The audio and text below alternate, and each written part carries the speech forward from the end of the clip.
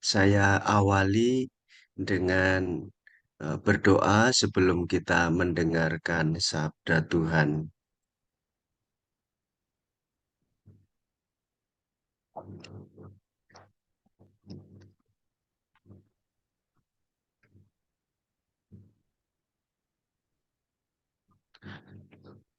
Marilah kita berdoa.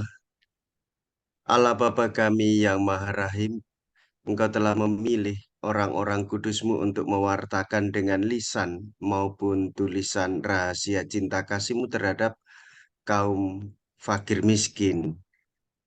Semoga kami semua bermegah atas nama-Mu dan bertekun sehati sejiwa supaya semua bangsa melihat keselamatan-Mu. Dengan pengantaraan Tuhan kami Yesus Kristus Putra-Mu, yang hidup dan berkuasa bersama dengan Dikau dalam persatuan Roh Kudus, Allah sepanjang segala masa. Amin. Amin. Tuhan bersamamu dan Dan bersama bersamamu. rohmu. Inilah Injil suci menurut Lukas. Dimuliakanlah Tuhan. Dimuliakanlah Tuhan.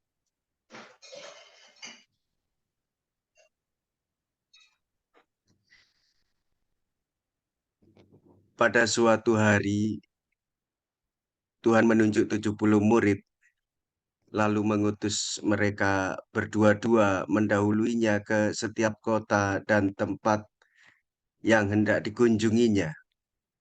Katanya kepada mereka, tuaian memang banyak tetapi sedikitlah pekerjanya. Karena itu mintalah kepada Tuhan yang empunya tuaian supaya ia mengirimkan pekerja-pekerja untuk tuaian itu. Pergilah, camkanlah,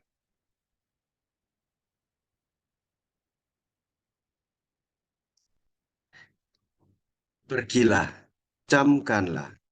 Aku mengutus kamu seperti anak domba ke tengah-tengah serigala. Janganlah membawa pundi-pundi atau bekal atau kasut, dan janganlah memberi salam kepada siapapun selama dalam perjalanan. Kalau kamu memasuki suatu rumah, katakanlah lebih dahulu, damai sejahtera bagi rumah ini. Dan jika di situ ada orang yang layak menerima damai sejahtera, maka salammu itu akan tinggal padanya. Tetapi jika tidak, salammu itu akan kembali kepadamu. Tinggallah dalam rumah itu, makan dan minumlah apa yang diberikan orang kepadamu. Sebab seorang pekerja patut mendapat upahnya. Janganlah berpindah-pindah rumah. Jika kamu masuk ke dalam sebuah kota dan kamu diterima di situ, makanlah apa yang dihidangkan kepadamu, dan sembuhkanlah orang-orang sakit yang ada di situ. Dan katakanlah kepada mereka, kerajaan Allah sudah dekat padamu. Demikianlah sabda Tuhan. Terpujilah Kristus. Terpujilah Kristus. Bapak, Ibu, saudara-saudariku yang terkasih, mengangkat tema menjadi pekerja-pekerja di ladang Tuhan, menjadi pekerja Tuhan Yesus. Maka syarat utama adalah dia harus berani menyadari diri sebagai orang beriman, sekaligus dia mau untuk mengikuti Tuhan Yesus. Mendengarkan panggilannya setiap hari, mendengarkan sabdanya setiap hari. Bapak, Ibu, saudara-saudari, kita mengambil dari Injil Lukas. Saya sengaja untuk memberikan tekanan pada doa dan kepedulian terhadap orang-orang di sekitar kita. Salah satu contohnya adalah mendoakan orang lain. Dalam Injil Lukas, pribadi Lukas dan pekerjaannya itu sangat berkaitan dengan panggilan hidupnya. Lukas seorang dokter dan sahabat Paulus. seorang pribadi yang saleh. Lukas merupakan seorang penolong yang banyak membantu Rasul Paulus dalam mewartakan iman. Kitab suci menyebutkan Lukas sebagai tabib Lukas yang kekasih. Itu yang dinyatakan oleh Rasul Paulus. Lukas menulis Injil yang ketiga dan kisah para rasul itu tulisan-tulisan Lukas. Dalam Injilnya itu terdapat suatu garis bagus dari kemiskinan di Bethlehem, artinya kesederhanaan bayi Yesus, menuju Paskah di Yerusalem. Dari umat kecil di Yerusalem menjadi gereja dunia yang berkembang. Jadi ada 4 titik. Yang pertama, kehadiran Allah menjadi manusia, ialah Yesus hadir secara sederhana, miskin di kandang. Dan kedua, yaitu kemiskinannya tanpa kelekatan duniawi dan keinginan-keinginan yang lain, ia menderita di kayu salib untuk penebusan jiwa-jiwa umat manusia. Maka tugas umat Kristiani berdasarkan sumber semangat ini. Dari umat kecil di Yerusalem, pertama para muridnya lalu menjadi rasul dan menjadi 70 murid yang diutus pergi berdua-dua. Dan gereja berkembang atas dasar iman pewartaan dari para rasul itu. Nah, dengan demikian, para devosan sekalian yang terkasih, kesederhanaan hidup beriman itu menjadi dasar kita untuk terbuka pada sabda Tuhan Yesus. Mari kita melihat bagaimana Lukas. Karena imannya, Lukas lebih memperhatikan orang-orang kecil yang menderita di dalam tulisan-tulisannya. Kita coba bandingkan dengan pekerjaannya sebagai tabib. Kalau bahasa sekarang dokter, pasti akan berjumpa dengan orang sakit. Dan orang sakit adalah orang yang miskin. Dan orang yang miskin pasti setiap hari seruannya adalah minta tolong supaya disembuhkan. Nah, kedekatan Lukas ini menjadi semangat bagi kita untuk terbuka pada sabda Allah yang menggerakkan kita untuk mendengarkan juga permintaan tolong dari orang-orang sederhana. Santo Lukas ingin menulis tentang Yesus Kristus bagi umat Kristiani yang baru bertobat. Maka belajar dari Santo Lukas juga kita tidak diperkenankan untuk menghalang-halangi orang mengikuti doa. Dan juga tidak diperkenankan orang menghalang-halangi untuk pergi ke gereja. Ungkapan-ungkapan yang tidak bagus dan itu harus dieliminir, jangan diucapkan tumben ya pergi ke gereja, lalu tumben ikut berdoa lingkungan, lalu tumben ikut doa koronka, itu dihilangkan. Santo Lukas berbicara dengan mereka yang mengenal Yesus. Ia mencatat semua perbuatan Yesus yang mereka lihat dan sabda Yesus yang mereka dengar. Menurut tradisi, Santo Lukas memperoleh sebagian informasi penting dari Santa Perawan Maria sendiri. Maria sangat dekat dengan Tuhan Yesus dalam kesederhanaan, dalam kemiskinan, yaitu di kandang Bethlehem. Maka Bunda Maria adalah Bunda Gereja, Bunda para imam, dan Bunda umat beriman. Bunda kita semua. Bunda Maria merupakan orang yang tepat yang dapat menggambarkan secara jelas kedatangan malaikat Gabriel kepadanya untuk menyampaikan kabar gembira. Jadi orang sakit didekati, kabar gembira. Orang sakit disembuhkan, itu kabar gembira.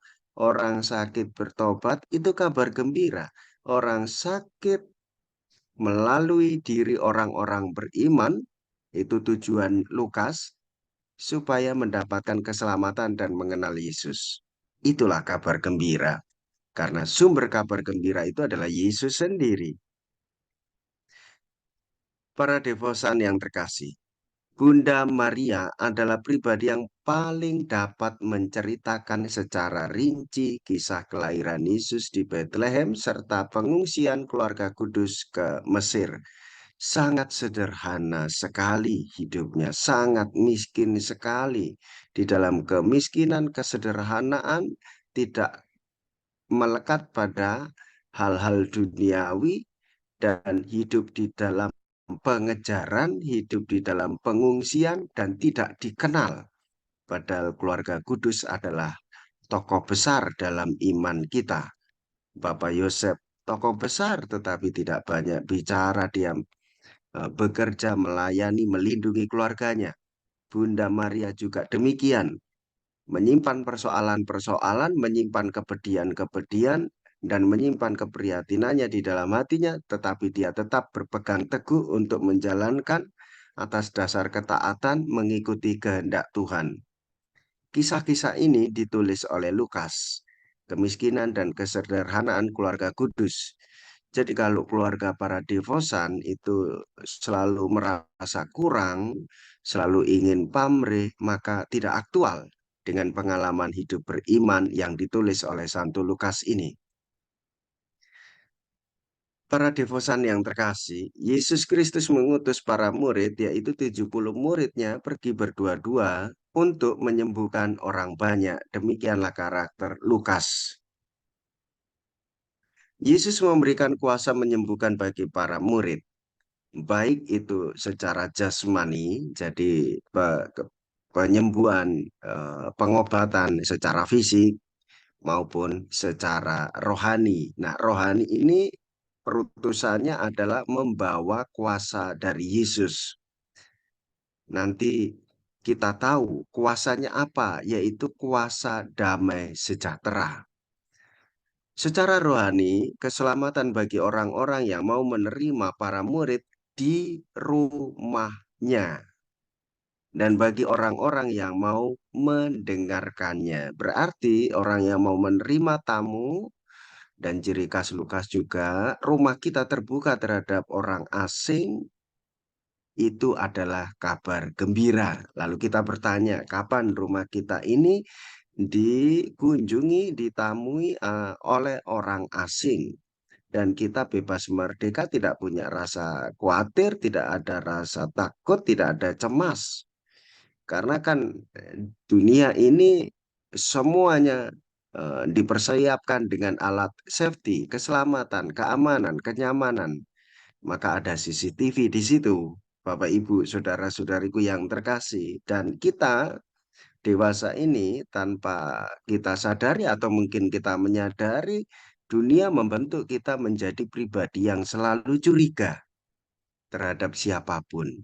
Nah, doa-doa kita adalah doa-doa yang membuat kita supaya tidak mudah curiga, bahkan mendoakan orang lain. Para devosan yang terkasih, hal ini selaras dengan latar belakang Lukas yang adalah seorang dokter atau tabib penyembuh. Jadi kita ini datang diutus untuk menjadi penyembuh.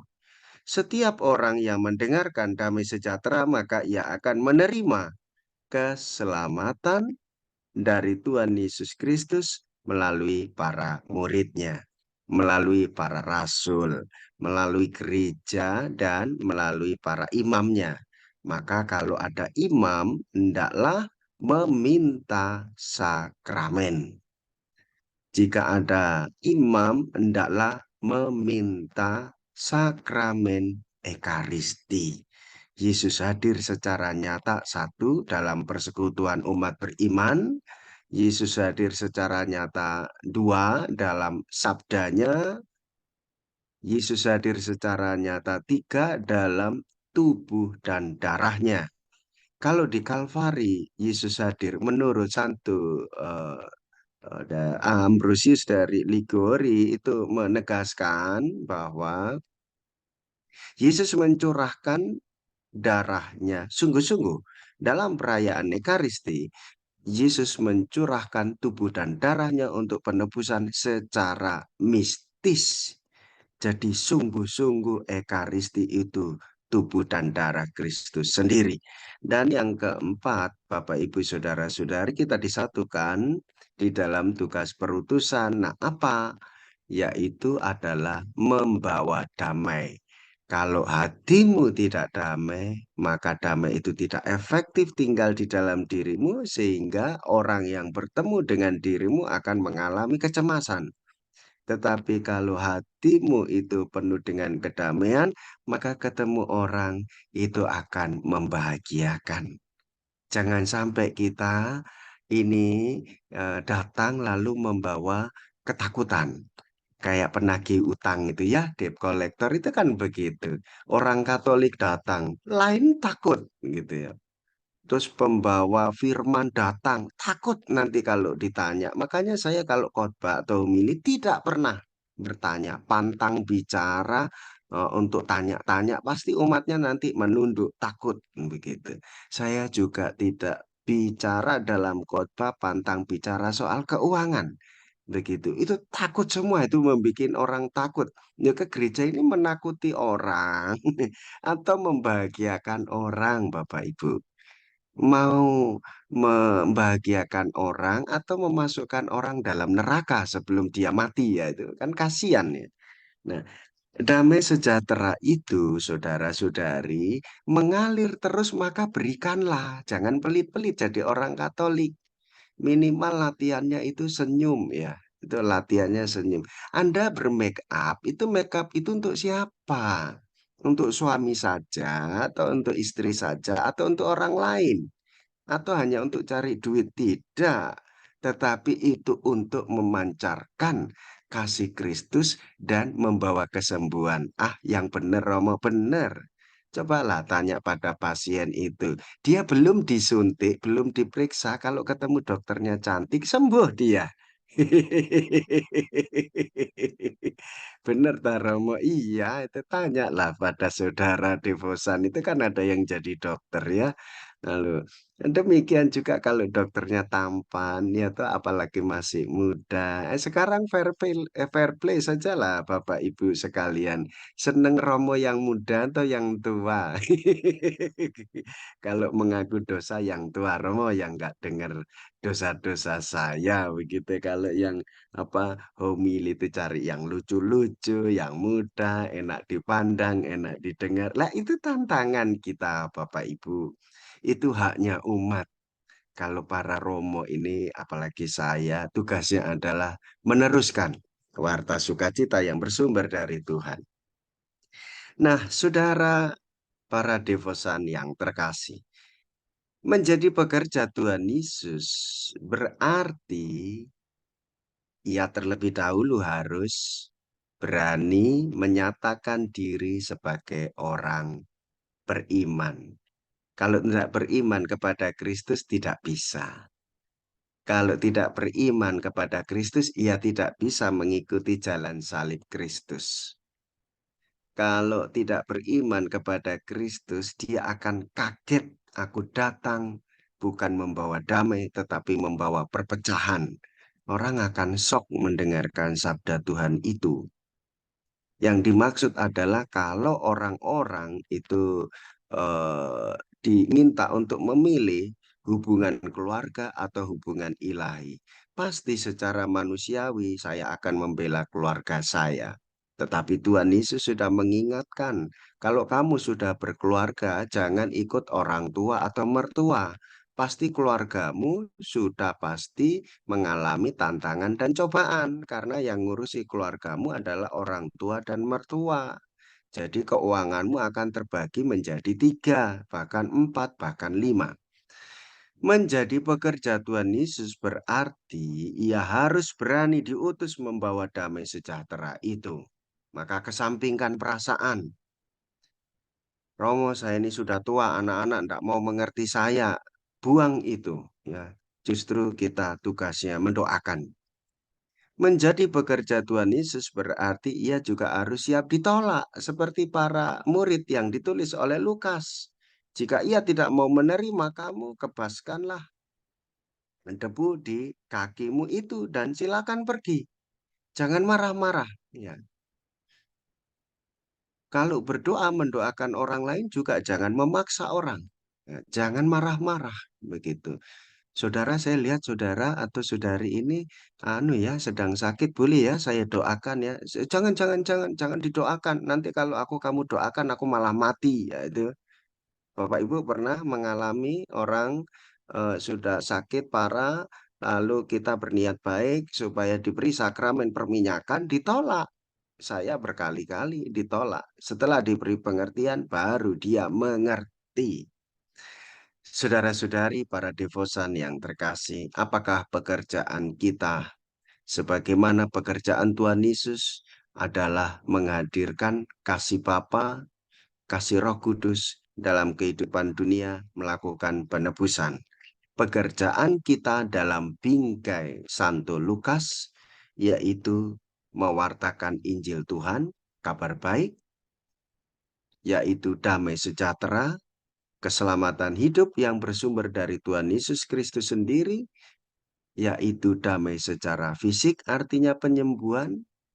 Kalaupun sakit, dia bisa menerima dengan lapang dada, dan selebihnya adalah keselamatan dan setiap hari mendengarkan sabda Tuhan.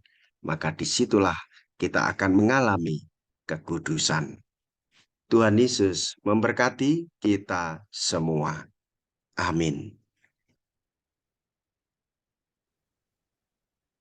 Romo, ini ada dari Imakulata Setiawati bertanya, selamat malam Romo, izin bertanya mengapa saat ada ekaristi secara online rasanya berbeda dengan offline? Selain tidak bisa menerima komuni secara langsung, apakah ini akan pengaruhnya bagi mereka yang ingin kesembuhan, namun orang tua masih belum mengizinkan ke gereja karena kesibukan? Mohon pencerahan Romo. Terima kasih. Ya, untuk nomor satu, tanya jawab. Memang Ekaristi yang real itu kehadiran nyata. Jadi eh, Yesus hadir dalam empat cara. Satu, imam in persona Christi, imam. Ketika imam bertindak sebagai eh, selebran utama, maka dia itulah Kristus sendiri. Sudah kita tidak melihat kepribadiannya. Kalau kepribadiannya memang lemah ya, seperti saya mungkin suara bisa A, bisa B, kok Romo tidak konsisten. Nah, ketika merayakan Ekaristi, Kristus sendiri. Satu, dua, yaitu eh, umat berkumpul. Itu kekuatan. Ada dua, tiga, sabda. Lalu empat, tubuh dan darah Kristus. Sekarang, ketika online itu yang tidak ada, yang mana? Ada dua yang tidak ada. Kehadiran imam dan juga tubuh dan darah Kristus. Nah, maka kalau ada orang umat beriman, kok saya tidak seret? Ya, ya memang itu tidak terjadi Ekaristi. Namanya ibadat sabda saja di dalam keluarga, berkumpul keluarga, berdoa, begitu, mendengarkan sabda, lalu setelah mendengarkan sabda, tugas perutusan selesai. Kalau online, memang umat berkumpul, berdoa bersama, mendengarkan sabda bersama, tetapi adalah perjumpaan secara real, begitu. Itu kalau kalau mau umat mau lebih meningkatkan, ya, saya harus apresiasi dulu pertama.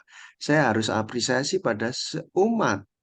Umat itu mengikuti jalan kekudusan sudah berjuang setengah mati merayakan Ekaristi di tengah kesibukan ngurusi keluarga, mencari rezeki, bekerja ke sana kemari dengan iklim cuaca segala macam itu. Nah, kita harus hormati hanya saja servisnya kadangkala kita yang kurang, tidak apa-apa itu koreksi kita masing-masing, koreksinya para romo untuk menyambut, mengapresiasi itu.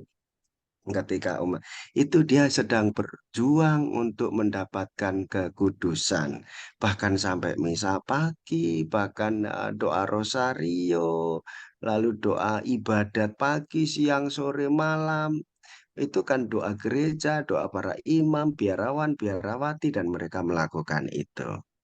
Baik, sekarang kalau umat dia mengikuti misa online karena sakit tidak apa-apa.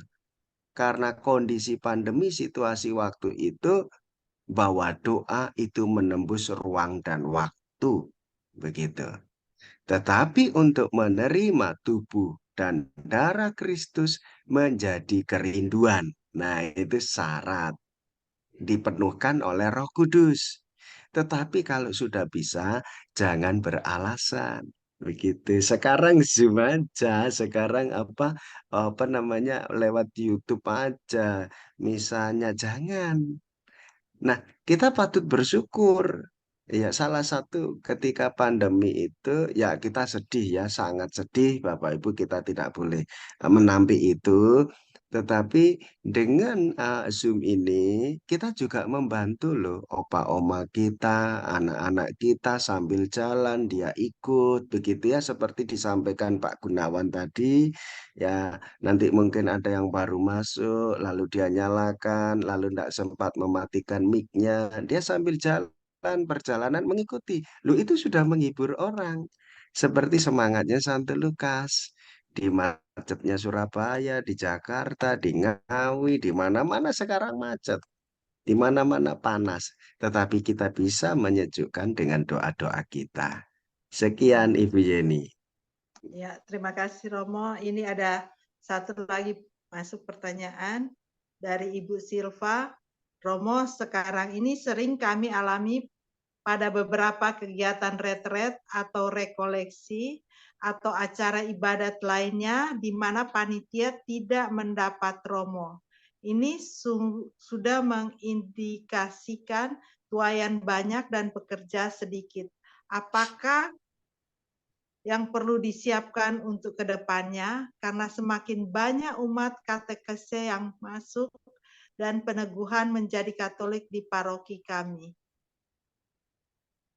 Ya, yang pertanyaan terakhir nanti saya akan menegaskan lagi supaya saya tidak keliru menjawab.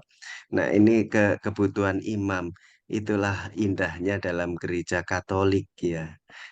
Bahwa Konsili Vatikan kedua itu kerja tim antara Romo dan umat beriman. Kalau soal ilmu organisasi itu kerja tim. Soal spirit eh, hidupnya itu yang berbeda. Bapak Ibu berkeluarga, lalu para imam itu pelayanan sakramen begitu. Nah, di bagian itu menjadi tanda mengikuti amanah kitab suci, mengikuti amanah dari apa namanya tradisi, mengikuti amanah dari apalah satu lagi ajaran Bapak Gereja begitu. Apa itu? Yaitu para imam tidak menikah. Nah, ini kesulitannya juga. Silakan ditanya anak tetangga itu mau ndak jadi romo supaya nanti kebutuhan romo banyak. Itu ya. Dan itu kekuatannya. Gitu. Ndak apa-apa, tetap bersyukur kalau ada rekoleksi, retret, lalu tidak ada romo. Untuk kedepannya bagaimana jangka panjangnya adalah selalu berdoa untuk para romo.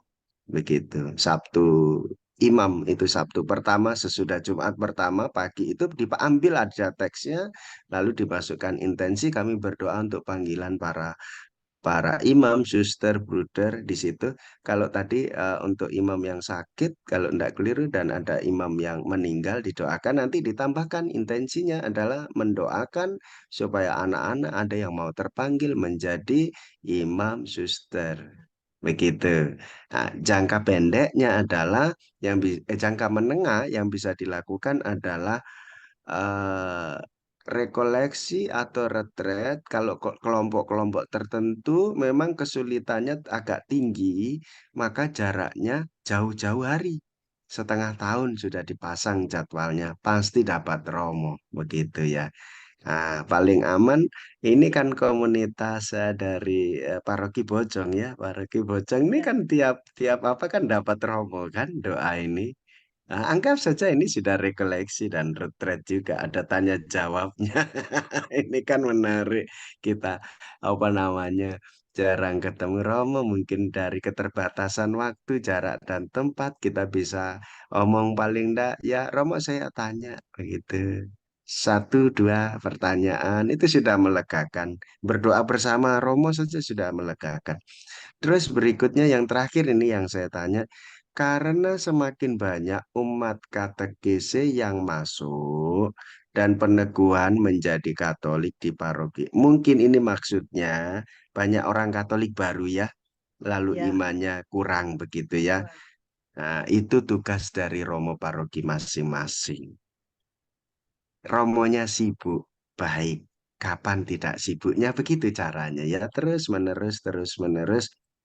Lalu banyak umat, makin lama makin banyak. Terus kita ini memberikan pemahaman iman itu terus, terus, terus akan kurang terus ya. Pertama dimulai dari keluarga, kedua itu adalah merayakan Ekaristi ketika pembinaan-pembinaan sebelum menerima sakramen, dan selebihnya buat aja sudah lengkap ya, sudah lengkap, lengkap versi kita, versi gereja. Tapi kok rasanya ada yang kurang. Disitulah kita harus rendah hati, Roh Kudus bekerja. Begitu. Jadi kekurangan-kekurangan kita, Roh Kudus bekerja. Selalu menyatukan, menguduskan setiap hari. Coba kalau kita merenungkan sedikit saja. Saya mau tanya kepada Bapak Ibu sekalian, apa yang membuat Bapak Ibu sekalian kuat di dalam iman Katolik? Bahkan ya, bahkan ini kan jamnya efektif. Jam 7 hitungannya persiapannya sampai jam 9 itu efektif. Tapi Anda sekalian mau ambil waktu untuk berdoa. Apa yang membuat kuat? Tidak cukup hanya katekisi, tetapi keyakinan atas ajaran iman, pendalaman kitab suci, katekisi, ajaran iman, dan juga kemauan untuk apa? Bahwa beriman tidak hanya dengan pikiran, tetapi kehendak bebas dari hati. Jadi kalau hanya diajarkan lalu di otak-atik di kepala begitu, tidak selesai. Disitulah Romo banyak umat yang jadi Katolik, tetapi pemahaman imannya kurang. Serahkan kepada Tuhan. Di situ Roh Kudus bekerja. Sekian Amin. Ibu Yeni. Ya, terima kasih Romo. Ibu, pertanyaan dari Ibu apa? Ibu Silva sudah terjawab ya, Ibu Silva. Sekarang dari Ibu Yulianingsi, Romo, apakah masih relevan untuk zaman sekarang ini tidak boleh curiga pada orang asing karena begitu banyak penipuan dengan segala macam cara, hipnotis, penipuan di medsos, hack, dan seterusnya. Gimana itu, Romo? Baik, saya baru saja dari Jakarta di Klender berbicara, mendengarkan dari KWI itu tentang tindak pidana perdagangan orang, ya. Lalu punya teman juga namanya Romo Paskalis yang dulu masuk berita di medsos itu, dan juga kesaksian-kesaksian dari online scam, artinya adalah penipuan melalui jalur online. Lalu apakah masih relevan zaman sekarang? Kita tidak boleh curiga. Ajaran Tuhan Yesus kembali saja ke ajaran Tuhan Yesus ya. Apa ajaran Tuhan Yesus? Cinta kasih. Tuhan Yesus apa katakan? Jangan takut. Tuhan Yesus katakan lagi apa untuk meneguhkan iman umat. Kejahatan harus dilawan dengan kebaikan. Kalau Advent nanti apa, Bapak Ibu? Yang kita tidak pakai kata curiga loh. Kita pakai kata berjaga-jaga dan berwaspadalah itu. Maka eh, anak-anak kita, cucu-cucu kita mohon didampingi ya, tidak diawasi, tidak dimonitor, karena itu nanti terpaksa didampingi di sebelahnya. Ya kita punya keterbatasan. Maka kalau kita baik terus-menerus mendampingi, lalu kita punya keterbatasan secara manusiawi, ya percayakan pada Tuhan.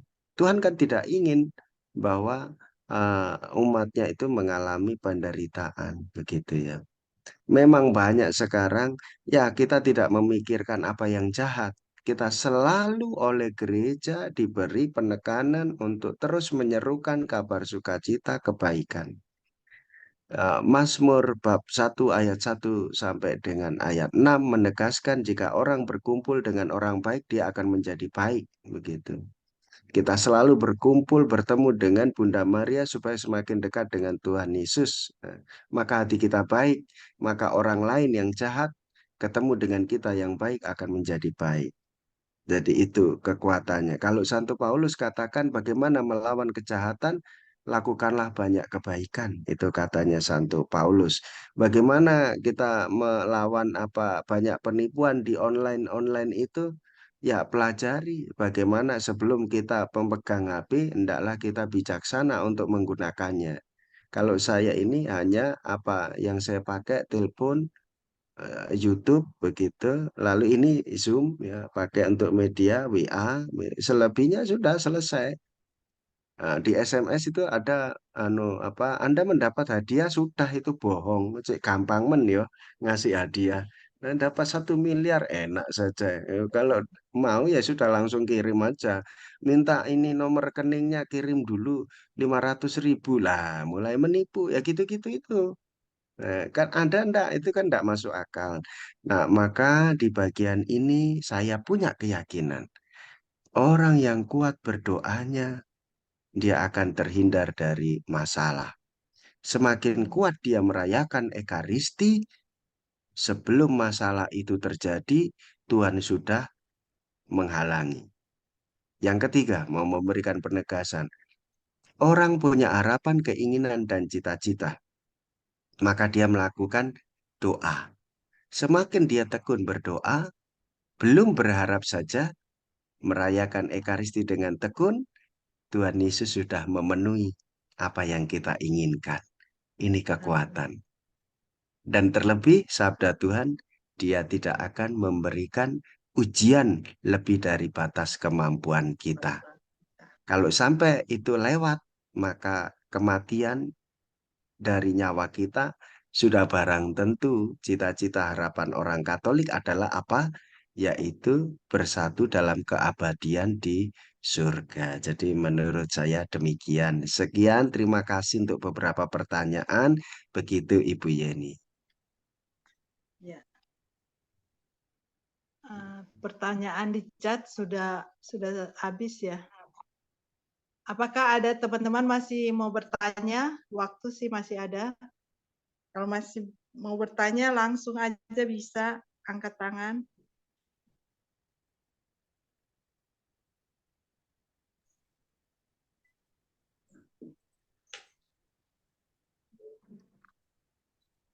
Ayo silakan Ada Dona.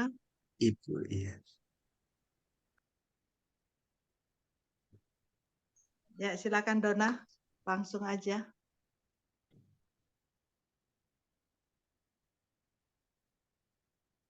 Mic-nya kok nggak kedengaran? Belum kebuka. Ya. Selamat malam Romo. Ya, selamat malam. Romo, saya mau tanya ini. Tadi kan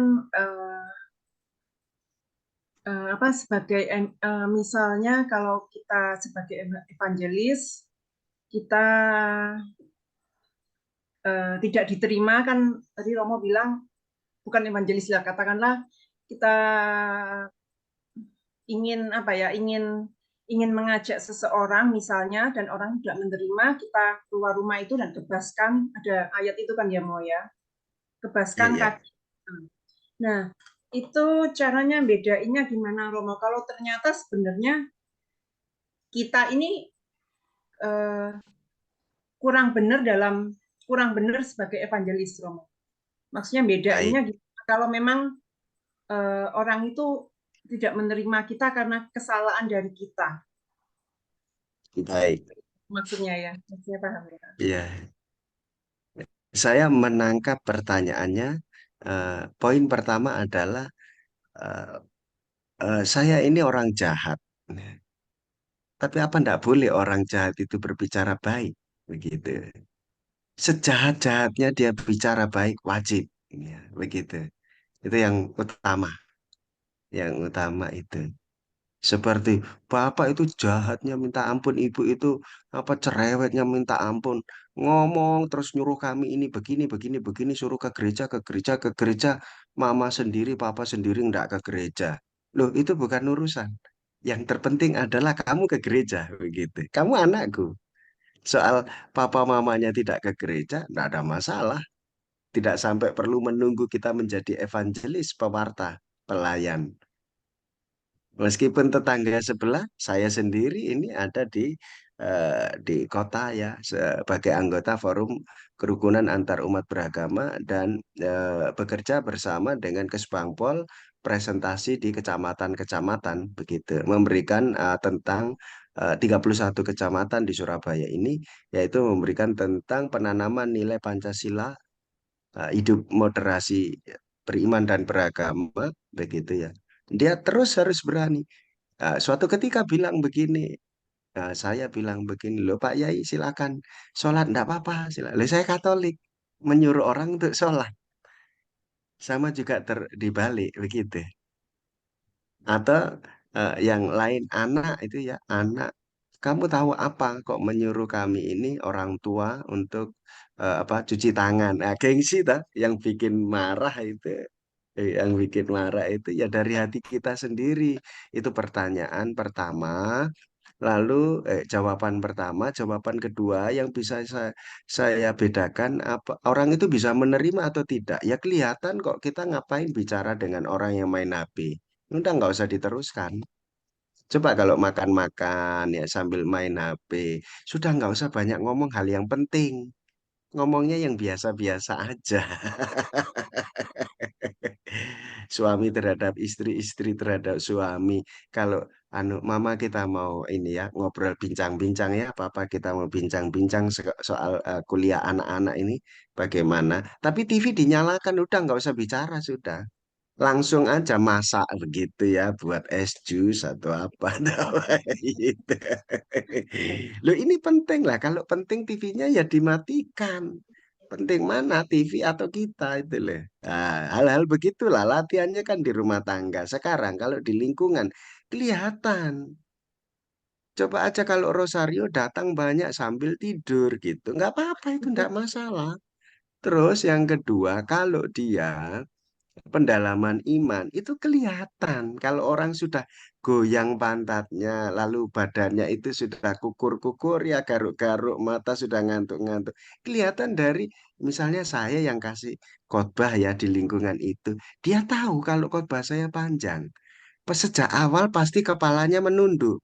Dengan demikian khotbahnya jangan panjang-panjang.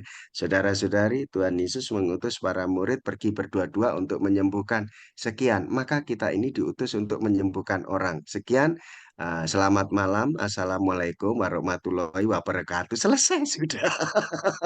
Tidak usah panjang-panjang. Orang senang. Begitu pulang ditanya sama istrinya, lupa kok pulangnya cepet. Anu enak Romo, tumben kali ini khotbahnya anu pendek sekali. Ah, itu jadi kenangan. Masa lalu yang banyak jeleknya hilang itu langsung. Jadi gitu. Yang ketiga ini yang serius sekali ini ya. Saya evangelis, saya Romo. Lalu mewartakan eh, apa yang baik dari ajaran gereja Katolik. eh, Ibu Dona dan Bapak Ibu sekalian, apakah jaminan apa yang saya katakan itu sungguh diikuti oleh umat? Saya ini praktekkan di paroki saya, saudara-saudari, jauh dekat pakai helm. Sampai detik ini saya baru pindah di paroki ini, umat saya yang dulu tetap aja sama, tetap tidak pakai helm. Begitu dia jatuh nabrak orang, lalu dia kecelakaan, kepalanya dijahit, begitu, baru menangis, Romo saya minta maaf tidak mendengarkan apa yang dikatakan Romo. Ya sudah terlambat.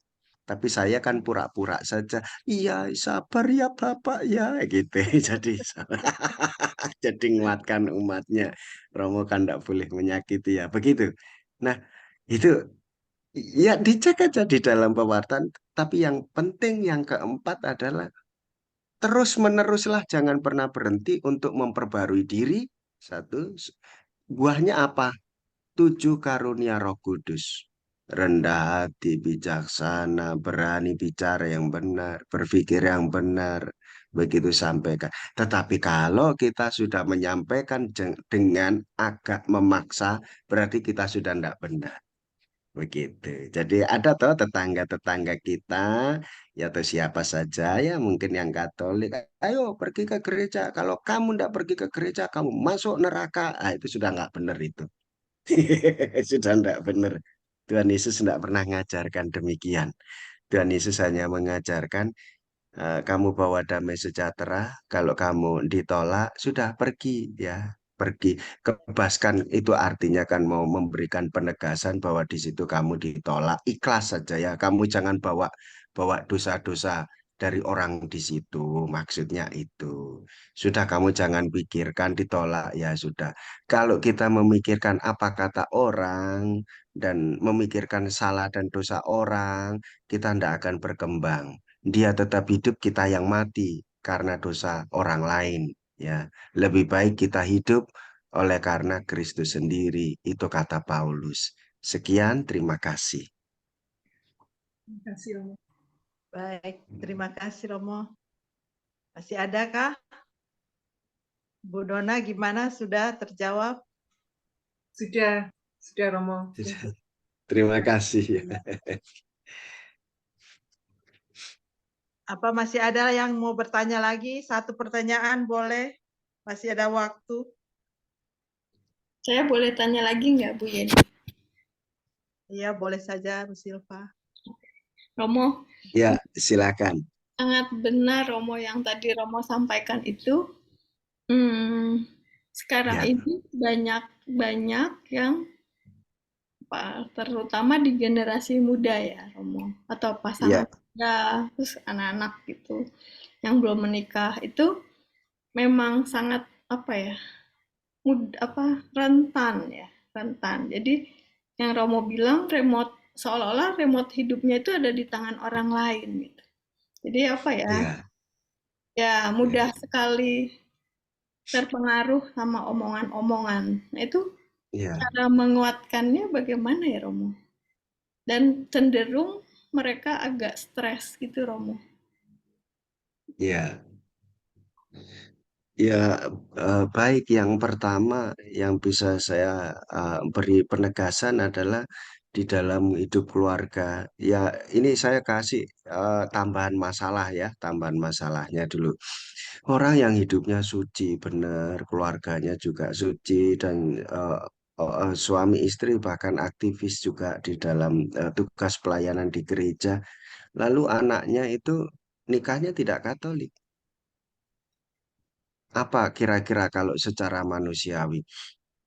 Jawabannya kira-kira secara manusiawi marah. Tidak hanya kecewa, sedih, tapi marah. Kamu bukan anakku lagi. Ya, begitu. Nah, itu yang tidak boleh diucapkan. Gitu. Yang berikutnya adalah persoalanku beda dengan persoalanmu, persoalan dia, persoalan mereka. Begitu. Itu perlu dibagi dulu untuk membedakan titik perkara. Bukan pribadi-pribadi. Kita sendiri harus kembali kepada semangat gereja bahwa anak yang diberikan adalah titipan dari Tuhan, maka tanggung jawab kita untuk mendidiknya. Nah, sekarang ilustrasinya masuk. Ibu punya anak, waktu sekolah, sekolah di rumah atau di sekolah swasta atau negeri. Pasti sekolah di luar keluarga kan? Nah, guru sudah mengajarkan yang baik. 5K, kekeluargaan, keamanan, kenyamanan, ya, itu semua sudah dilakukan. Apakah semua keluarannya itu sesuai dengan harapan? Harapannya harus sesuai dengan harapan. Lulus semua nilai juara 1 semua, begitu kan gitu. Semua juara 1. Tapi pada kenyataannya kan tidak. Nah, poin dari keluarga, poin dari pertanyaan ini yang hendak saya beri penekanan adalah Tuhan Yesus sudah turun ke dunia untuk melakukan penebusan. Dan orang yang mau mengikuti jalan Tuhan, maka dia harus berani memanggul salibnya. Guru, kepala sekolah sudah melakukan tugasnya untuk mendidik anak-anak yang dititipkan orang kepadanya. Tanggung jawabnya dia. Kalau lulusannya tidak juara satu semua, tidak apa-apa. Nah, keluarga juga demikian. Bahwa tugas kita adalah yang utama, tanggung jawab sebagai orang tua, dan percayakan itu selebihnya kepada anak-anak. Tetapi kalau itu membahayakan nyawanya dan membahayakan nyawa orang lain, nah disitulah harus ada tindakan yang lebih tegas. Tidak hanya keluarga, tetapi juga butuh bantuan orang lain. Jadi gambar-gambar itu semoga bisa memberikan jawaban atas pertanyaan yang disampaikan oleh Ibu Silva. Sekian, terima kasih. Baik, sekarang kita akan mengakhiri acara ini dengan lagu penutup, kemudian disusul dengan doa penutup dan doa berkat oleh Romo. Dipersilakan Ibu Vivi.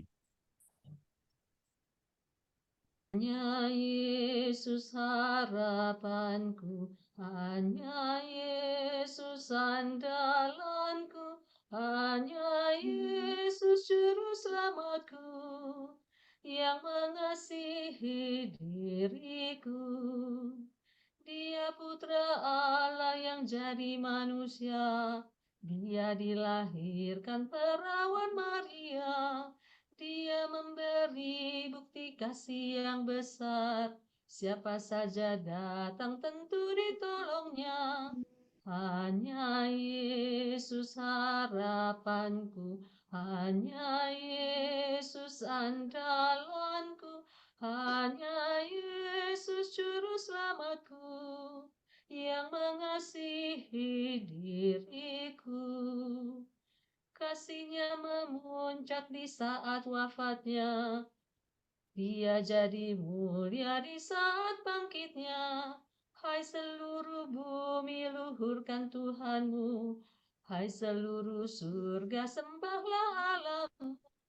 Hanya Yesus harapanku, hanya Yesus andalanku, hanya Yesus juru selamatku, yang mengasihi diriku.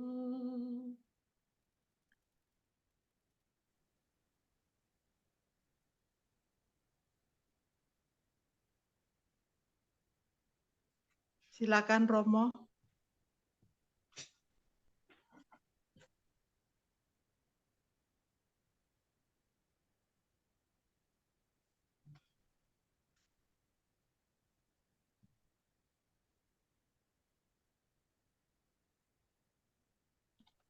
Marilah kita berdoa. Allah Bapa yang Maha Kuasa dan Kekal, kuduskanlah kiranya kami dengan kurnia-kurnia-Mu yang kami terima dari altar-Mu yang suci.